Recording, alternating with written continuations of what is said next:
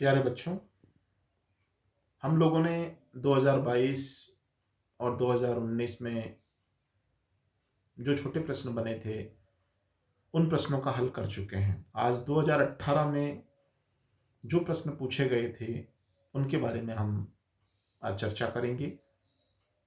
तो छोटे प्रश्नों में 2018 में जो प्रश्न पूछा गया था, पहला प्रश्न, उसमें पहला प्रश्न था अष्टांगिक मार्ग। बौद्ध धर्म से रिलेटेड है ये, मैं आपको पहले भी बता चुका हूँ। इसमें गौतम बुद्ध ने दुख की निवृत्ति के लिए जो मार्ग बताया है वह अष्टांगिक मार्ग है, यानी दुख को दूर करने के लिए महात्मा बुद्ध ने जो मार्ग बताए वह अष्टांगिक मार्ग हैं, जिसमें 8 अलग अलग सम्यक दृष्टि, सम्यक संकल्प, सम्यक वाक, सम्यक कर्मांत, सम्यक आजीविका, सम्यक व्यायाम, सम्यक स्मृति और सम्यक समाधि। बौद्ध धर्म में 3 स्कंध, जिसमें प्रज्ञा, सील और समाधि, ये भी बताए गए हैं। अगला प्रश्न पूछा गया था इसमें गांधार कला। तो गांधार कला एक्चुअल में मूर्ति निर्माण की जो गांधार शैली है, ये कुषाण वंशी शासक कनिष्क के समय में विकसित हुई थी।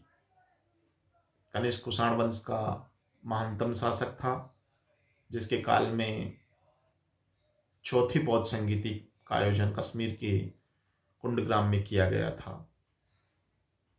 जो गांधार कला है, इस पर यूनानी प्रभाव होने के कारण ही इसे ग्रीको रोमन, ग्रीको बुद्धिस्ट या हिंदी यूनानी शैली के नाम से भी जाना जाता है।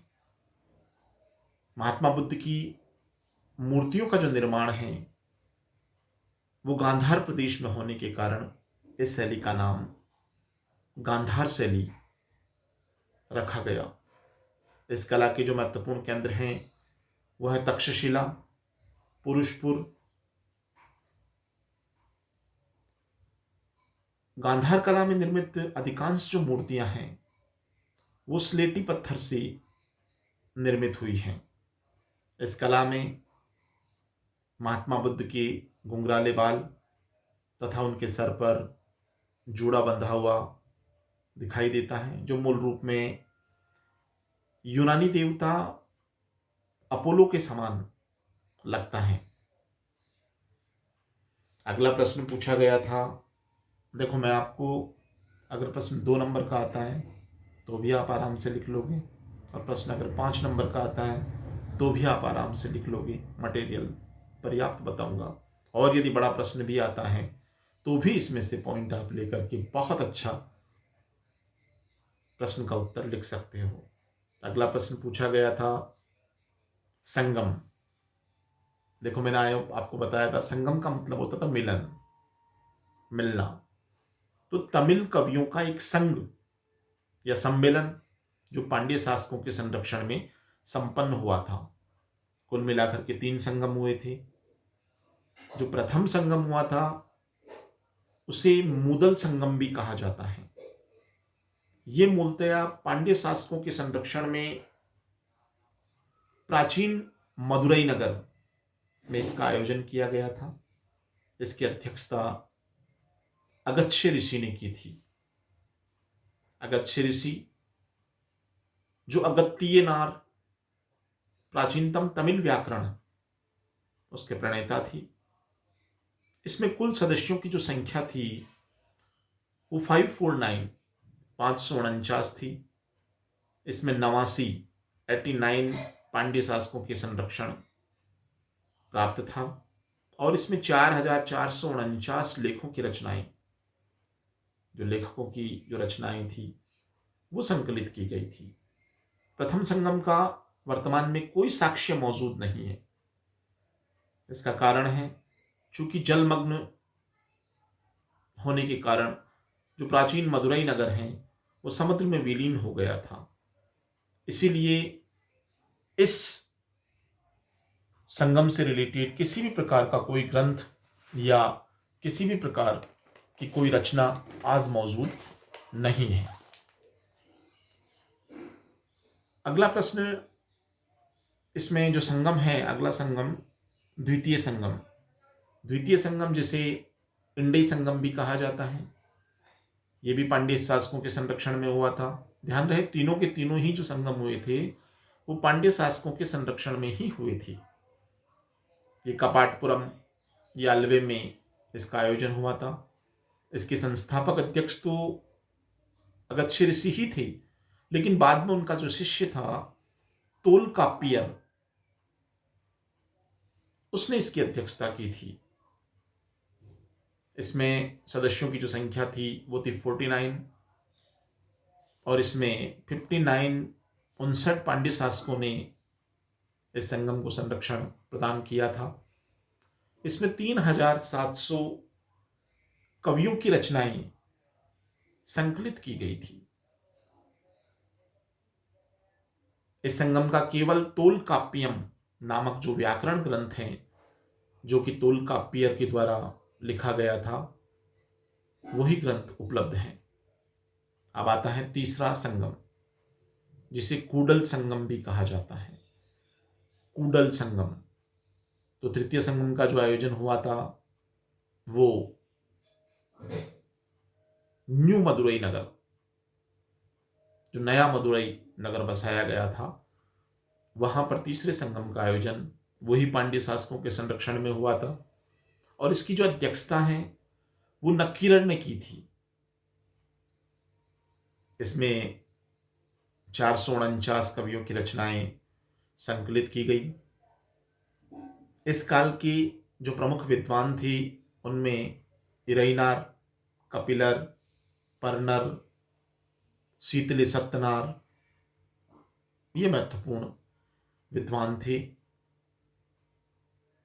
कई बार संगमकालीन महाकाव्य के बारे में भी प्रश्न पूछ लिए जाते हैं, तो हम जब ये बता रहे हैं तो साथ का साथ ही मैं आपको ये भी बता देना चाहूँगा कि संगमकालीन जो महाकाव्य हैं उनमें आते हैं फर्स्ट शिल्पादिकारम, जिसका कि शाब्दिक अर्थ होता है नुपुर की कहानी।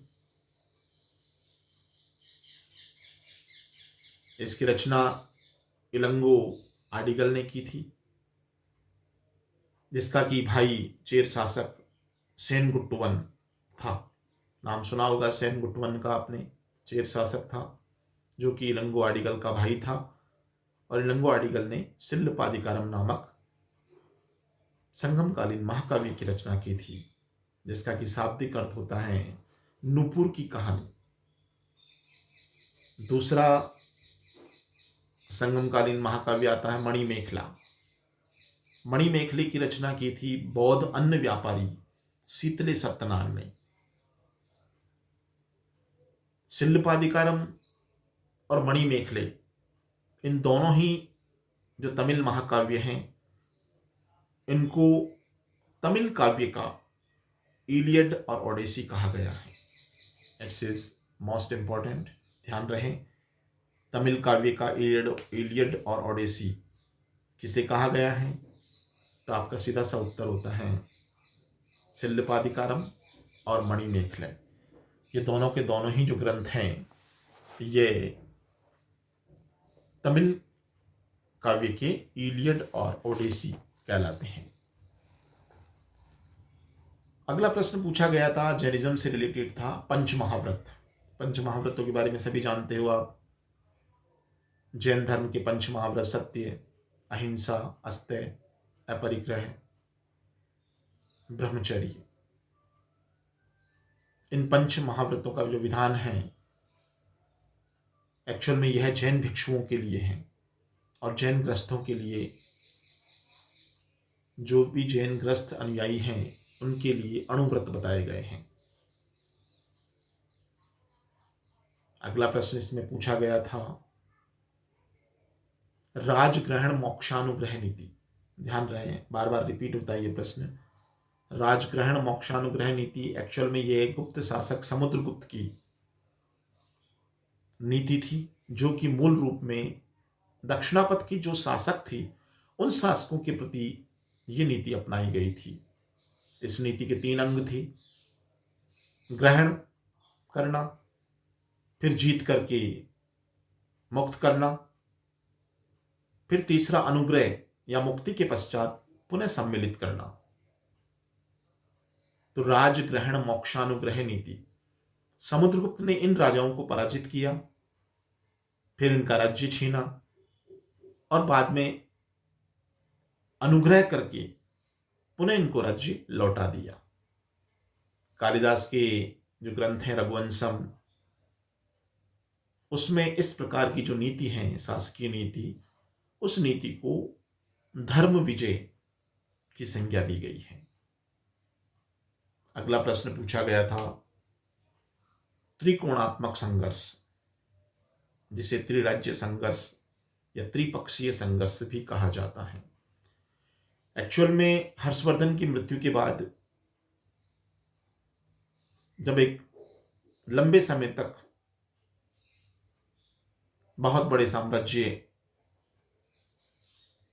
में एक रिक्त स्थान चलता रहा, तो निश्चित रूप से आसपास की जो शासक थे वो सक्रिय हो गए थे। तो हर्षवर्धन की राजधानी थी कन्नौज।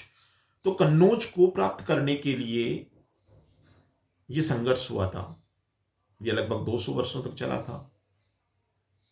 3 अलग अलग शासकों ने इसे प्राप्त करने के लिए संघर्ष किया, जिसमें पहले थे पश्चिमी भारत के गुर्जर प्रतिहार, दूसरे थे दक्षिण भारत की राष्ट्रकूट।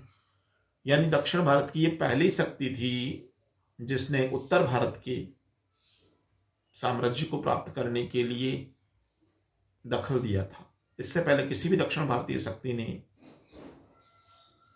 उत्तर के लिए आक्रमण नहीं किया। और तीसरी शक्ति जो थी वो थी पूर्वी भारत का पाल वंश।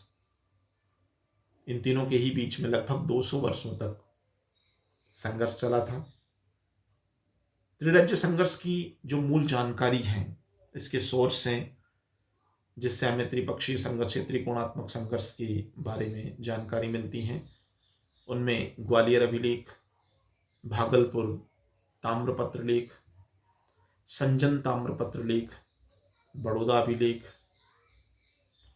डिंडोरी और राघनपुर अभिलेख तथा बादल स्तंभ लेख जो हैं वो भी हमें त्रिकोणात्मक संघर्ष या त्रिपक्षीय संघर्ष की जानकारी देता है। साथ ही 11वीं सदी में जो ग्रंथ हैं उदय सुंदरी ग्रंथ, वो तथा एक विदेशी इतिहासकार हैं सुलेमान, ये भी हमें त्रिकोणात्मक संघर्ष या त्रिपक्षीय संघर्ष की जानकारी देते हैं।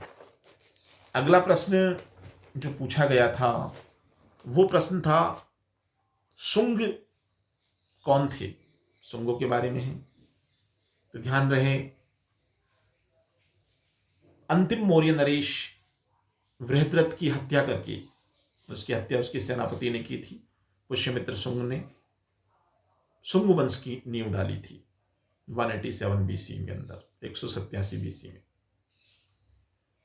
इसकी जानकारी हमें पतंजलि के महाभाष्य, पुराणों में, कालिदास की मालविकाग्निमित्रम में और बाणभट्ट के हर्षचरित में, साथ ही मेरुतुंग की थिरावली और खारवेल के हाथी गुम्फा अभिलेख तथा धनदेव का अयोध्या अभिलेख हैं, वो भी हमें पुष्यमित्र शुंग के बारे में या शुंग वंश की स्थापना के बारे में जानकारी प्रदान करते हैं। ध्यान रहे कि पुष्यमित्र शुंग का जो पुरोहित था वो पतंजलि था, जिन्होंने योग का दर्शन दिया है। अगला प्रश्न पूछा गया था कि कुषाण कौन थे। ध्यान रहे एक खानाबदोश, खानाबदोश बोलते घुमक्कड़, घुमक्कड़ जाति यूएची की एक शाखा से संबंधित थे। ये इस वंश का कुजुल कैडफिसस प्रथम पराक्रमी शासक था और सबसे महत्वपूर्ण शासक जो कुषाणवंशी शासक था वो था कनिष्क। कनिष्क के शासनकाल में मैं आपको पहले भी बताया चुका हूं कि चौथी बौद्ध संगीति का आयोजन हुआ था। एक महानतम शासक था जिसकी उपलब्धियों के कारण ही इसे महान कहा जाता है। इसके काल में प्रसिद्ध आयुर्वेदाचार्य चरक भी इनका राजकीय आयुर्वेदाचार्य था जिनके राज्य में आश्रय प्राप्त करता था। अगला मैं आपको बताता हूं 2017 में जो क्वेश्चन है वो लगभग क्वेश्चन 2019 में जो क्वेश्चन आए थे वो काफ़ी कुछ रिपीट हुए हैं, जिसमें मैं आपको बता देता हूँ, आपको रिवाइज कर देता हूँ, अभी आपको पता लग जाएगा। जैसे कलहण है तो उसके बारे में अपन पढ़ चुके हैं, मोहनजोदड़ो पढ़ चुके हैं, सभा और समिति इसके बारे में पढ़ चुके हैं, बता चुका हूँ मैं आपको। त्रिपिटकों के बारे में बता चुका हूँ, बाणभट्ट के बारे में, अलबरूनी के बारे में, स्तूप के बारे में और लोथल के बारे में। ये प्रश्न आए थे 2017 के अंदर, चूंकि 19 में अपन पढ़ चुके हैं। इसके अलावा इसमें 2 प्रश्न अलग से पूछे गए थे, जिनमें पहला प्रश्न था महमूद गजनवी। महमूद गजनवी का नाम खूब सुना होगा, एक आक्रांता आक्रमण के अधिकारी के रूप में, मूल रूप में सोमनाथ मंदिर पर जो आक्रमण किया था और बाद में यहाँ से धन दौलत लूट के ले गया था। तो ध्यान रहे महमूद गजनवी के बारे में अगर प्रश्न आता है तो आप लिखोगे सीधा कि सुल्तान की उपाधि धारण करने वाला ये पहला तुर्क शासक था, यानी प्रथम तुर्क शासक जिसने सुल्तान की उपाधि धारण की थी। ये उपाधि से बगदाद के खलीफा ने प्रदान की थी। महमूद गजनवी बाकी लिख सकते हैं अपन, ये एक आक्रमणकारी था। 1000 से लेकर 1027 तक इसने 17 बार आक्रमण किए थे, जिसमें महत्वपूर्ण आक्रमण 1025 में सोमनाथ के मंदिर पर आक्रमण किया। इसने कत्लेआम मचा दिया था और वहां की अथाह धन संपत्ति लूट के ले गया था। महमूद गजनवी का जो अंतिम युद्ध था वो 1027 में आगरा के निकट भेरा के दुर्ग पर इसने आक्रमण किया था। महमूद गजनवी के साथ में अलबरूनी आया था। सबसे महत्वपूर्ण चीज ध्यान रहे, महमूद गजनवी पुराणों का अध्ययन करने वाला प्रथम मुस्लिम शासक था जिसने पुराणों का अध्ययन किया था। इसके अलावा अगला प्रश्न पूछा गया था तराइन का दूसरा युद्ध। तराइन के प्रथम युद्ध से आप वाकिफ हो। भारत के शक्तिशाली सम्राट पृथ्वीराज चौहान या पृथ्वीराज तृतीय ने मोहम्मद गोरी को पराजित किया था, लेकिन अगले ही वर्ष 1191 में यह युद्ध हुआ था। अगले ही वर्ष 1192 में पुनः तैयारी करके मोहम्मद गोरी ने अटैक किया और इस युद्ध में पृथ्वीराज चौहान को पराजित होना पड़ा। पराजित होने के बाद उन्हें गिरफ्तार कर लिया गया और उनकी हत्या कर दी गई। इसके अलावा एक और महत्वपूर्ण प्रश्न पूछा गया था जिसके बारे में मैंने जानकारी नहीं दी है। अगर आता है प्रश्न तो अपने को इसका उत्तर जरूर सही तरीके से लिखना है। नवपाषाणकालीन संस्कृति, जिसे नियोलिथिक कल्चर भी कहते हैं, ये खाद्य उत्पादक युग था। भारत में नवपाषाण काल से संबद्ध जो पुरातात्विक खोज प्रारंभ की थी डॉक्टर प्राइमरोज ने 1842 में कर्नाटक की लिंगसुगूर नामक स्थल से नवपाषाण कालीन उपकरण खोजे थे। नवपाषाण युगीन बस्ती 7000 ईसा पूर्व पाकिस्तान स्थित बलूचिस्तान प्रांत के मेहरगढ़ से प्राप्त हुई। मेहरगढ़ से ध्यान रहे, प्राचीनतम कृषि के साक्ष्य जो प्राप्त हुए हैं वो मेहरगढ़ से ही मिले हैं। इसके अलावा इलाहाबाद स्थित कोल्डीहवा एकमात्र ऐसा नवपाषाण कालीन स्थल था जहां से धान के प्राचीनतम साक्ष्य मिले हैं। ध्यान रहे, इलाहाबाद के समीप कोल्डियवा से प्राचीनतम नवपाषाणकालीन स्थल है जहां से धान के साक्ष्य मिले हैं। इस काल में, नवपाषाण काल में, कृषि और पशुपालन दोनों ही कार्य होते थे। इसी काल में पहिए का आविष्कार हुआ।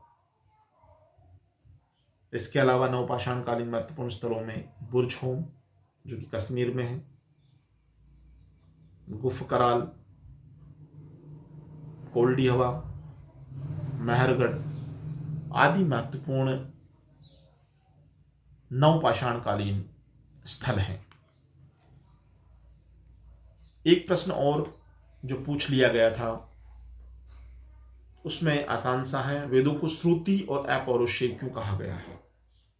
ध्यान रहे, वेद लिखे नहीं गए थे, यानी वेदों का जो प्रसार हुआ था वो सुनकर एक दूसरे को। तो इसके बारे में मैं बता देता हूं। वेद एक्चुअल में संस्कृत भाषा के शब्द विद धातु से बना है, जिसका अर्थ होता है ज्ञान अथवा जानना। कुल 4 वेद हैं, ऋग्वेद, यजुर्वेद, सामवेद और अथर्ववेद।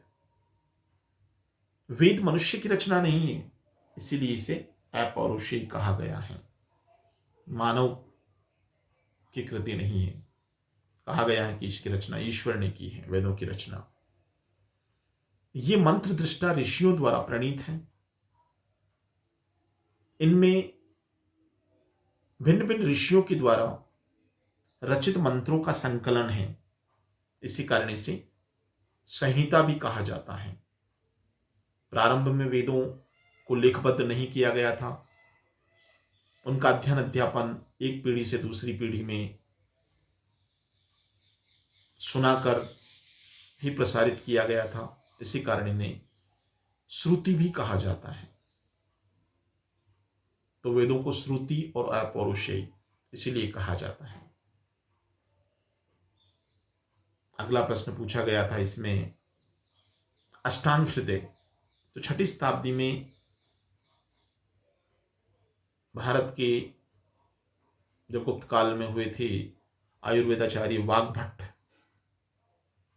उन्होंने इस आयुर्वेद ग्रंथ की, महत्वपूर्ण आयुर्वेदिक ग्रंथ है, उसकी रचना की थी। तो ये प्रश्न, छोटे छोटे प्रश्न जो पूछे गए थे उनके बारे में मैंने आपको जानकारी दी। आगे में इन्हीं से रिलेटेड और महत्वपूर्ण जो प्रश्न हैं, ये तो क्वेश्चन पेपर के अंदर आए थे, यानी 5 साल के जो क्वेश्चन पेपर थे उनमें आए थे। इनके अलावा जो इसी से रिलेटेड और क्वेश्चन बनते हैं, महत्वपूर्ण क्वेश्चन, उसके लिए अगला वीडियो बनाऊंगा मैं। और यदि आपको ऐसा कोई टॉपिक लगता है जो आपको हार्ड है और सरल भाषा में आपको बताना है, तो निश्चित रूप से आप कमेंट करके बता सकते हैं। धन्यवाद। जय हिंद, जय भारत।